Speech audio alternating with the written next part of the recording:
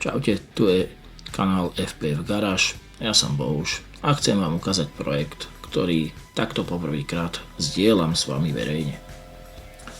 U kamoša som raz úplne náhodou zbadal tento čierny Golf 5 kombi, je to z roku 2008 a vyzeral už na prvý pohľad, tak ako to vidíte na tom videu, veľmi smutne a zanedbane.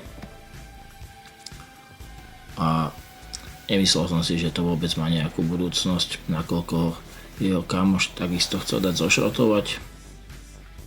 Až teda som mu úplne zo srandy povedal, že dám mu za to 200 € za šrotovú cenu a nejakým spôsobom, že sa dohodneme. Vtedy to bolo úplne len také, ako že výstrel do tmy, že poviem mu to zo srandy a nemyslel som si, že sa toho vôbec chytí. Ale po mesiaci mi prišla odpoveď, že fajn, že on súhlasí, takže poďme do toho. A tak nakoniec hlavná myšlienka celého projektu je, aby sa z tohto auta v čo najúspornejšom režime, to znamená čo najlacnejšie, spravilo auto svojpomocne v mojich domácich podmienkach, ktoré bude spoľahlivé, nebude hrdzavé a bude nakoniec pekne vyzerať a možno niečo viacej, čo vás bude neskôr určite zaujímať. Ako môžete vidieť, hrdza je asi najväčší problém tohoto celého auta. Kvôli tomu, že to jazdí po tých našich cestách a tá hrdza sa dostala už skoro všade. Ale nenecháme sa odradiť. S týmto projektom mi pomáha vo väčšej miere tiež môj kamarát a sused, ktorý keď to videl si myslel, že som sa zbláznil. Ale máme radi výzvy a všetko na tomto aute budeme robiť svojpomocne. Nakoniec sa dozviete, koľko stála oprava, či sa to vyplatilo a v akom stave to auto nakoniec zostane. Takže poďme do toho, pokojne sa usaďte a pridajte možno like a odber, ak sa vám to bude páčiť. Okolo tých tlmičov tá struna je ošúpaná riadne. Tak pozerám. Toto je masaker. Tuto je trávička namotaná.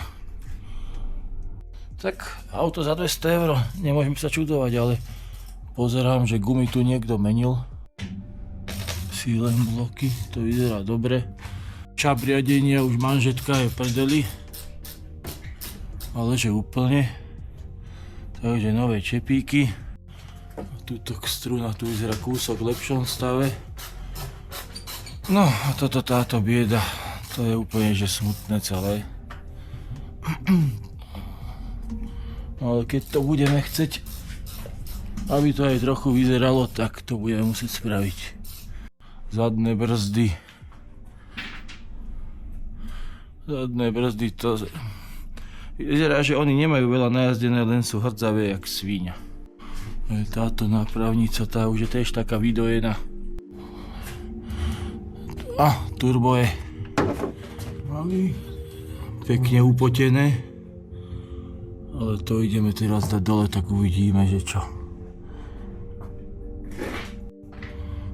No dobre, toto siláč je dobrý. Tak uvidíme. Klímový chladič, ten je asi v najlepšom stave z celého auta, počúvaj. To normálne to vyzerá celkom fajn. No a tak sme sa pustili do rozoberania. Ako prvé sme zistili, že na aute nie je tu vôbec riadiť rýchlostné stupne, čo nebolo spôsobené len zlou spojkou, ale hlavne tým, že tam bolo zlomené to tiahlo alebo proste to prepákovanie umelé, ako môžete vidieť teraz na obrázku. No auto malo oveľa závažnejší problém a to, že dymilo ako lokomotíva. Spôsobené to bolo zlým turbom. A tak prvotne sme sa pustili do opravy turba. To je chrumkavé celé. Fú. To je poriadny stav, jak sa patrí. Smútok.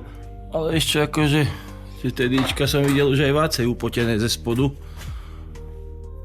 Toto je ešte také, že len špinavé a všade bordel, no ale ako inak to nevyzerá. No nie je to až takú tečené tu. Hej. Aj tu dozadu to není až takéto od toho turba, ale že to turbo teraz ak pôjde dole, tak uvidíme. Ale ináč akože fajn. No, budem to musieť poriešiť komplexne trošku. Toto keby sa dalo normálne, že vyčistiť všetko.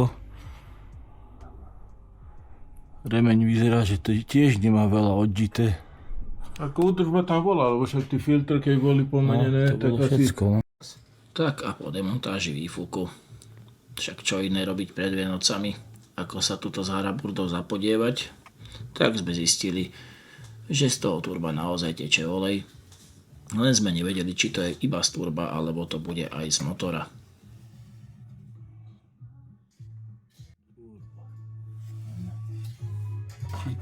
Či to je z toho motora, alebo či je turbo v prdeli. To uvidíme, až keď to dáme dole. A tak po krátkom rozoberaní sme zistili, že turbo je naozaj špatné a že už bolo aj repasované, nebolo to originálne turbo. Pri 400 000 je to asi malá pravdepodobnosť aj tak. Ale tak ten olej unikal v podstate z osky do výfukovej časti. A turbo bolo repasované v roku 2020, nakoľko to auto stálo rok. To znamená, že to bolo asi nejak 3,5 roka v prevádzke podľa dedukcií. A tak po demontáži som sa po krátkej obliadke turba rozhodol, že kúpim iba stred vyvážený a preskladám si to doma sám. Bude trošku možno náročnejšie to nastaviť v rámci VGT-čky, respektíve variabilnej geometrie turba, aby to správne tlačilo, ale tak nie je nič, čo by sme nejak extra nezvládli, nakoľko oska nemala až takú vôľu a nejak ani steny toho turba na tlakovej časti neboli vydraté. Po rozobraní turba som zistil, že keď som očistil variabilitu, tak tá bola takmer nová, takže ten turbostred bol nakoniec celkom dobrá varianta, ako to turbo priviesť naspäť k životu.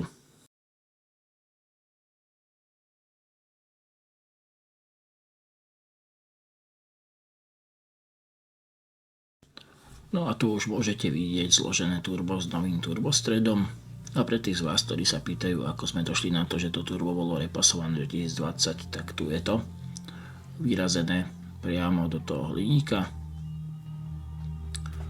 Zložili sme to tak, že v podstate nejakým spôsobom človek má ako tak skúsenosť s tým už z predchádzajúcich variant turieb a uvidíme, doladíme podľa diagnostiky, podľa toho, že ako to bude tlačiť na mieste, ale myslím si, že sme to celkom trafili.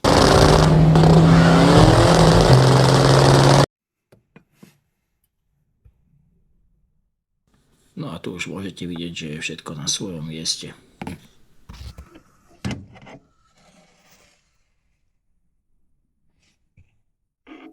Ako sme turbo namontovali, dali sme všetky filtre nové, dali sme tiesnenia a tak ďalej, tak motor si aj tak nemôžeme naštartovať, pretože pokračujeme ďalej so spojkou, konkrétne s otrvačník je úplne akašu a ani sa ničo čudovať, auto má 400 000 plus.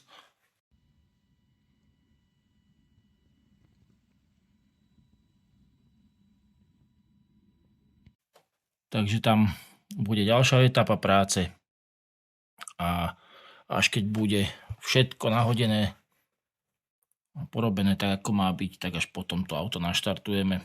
Zatiaľ všetky, jak som hovoril, filtre, olej, prečistili sme ešte intercooler, lebo tam bolo natečeného dosť oleja, proste tieto veci, čo sa dali spraviť, to sme spravili a pokračujeme s tou spojkou. Dobre, ak sa ide na spojku teda, no.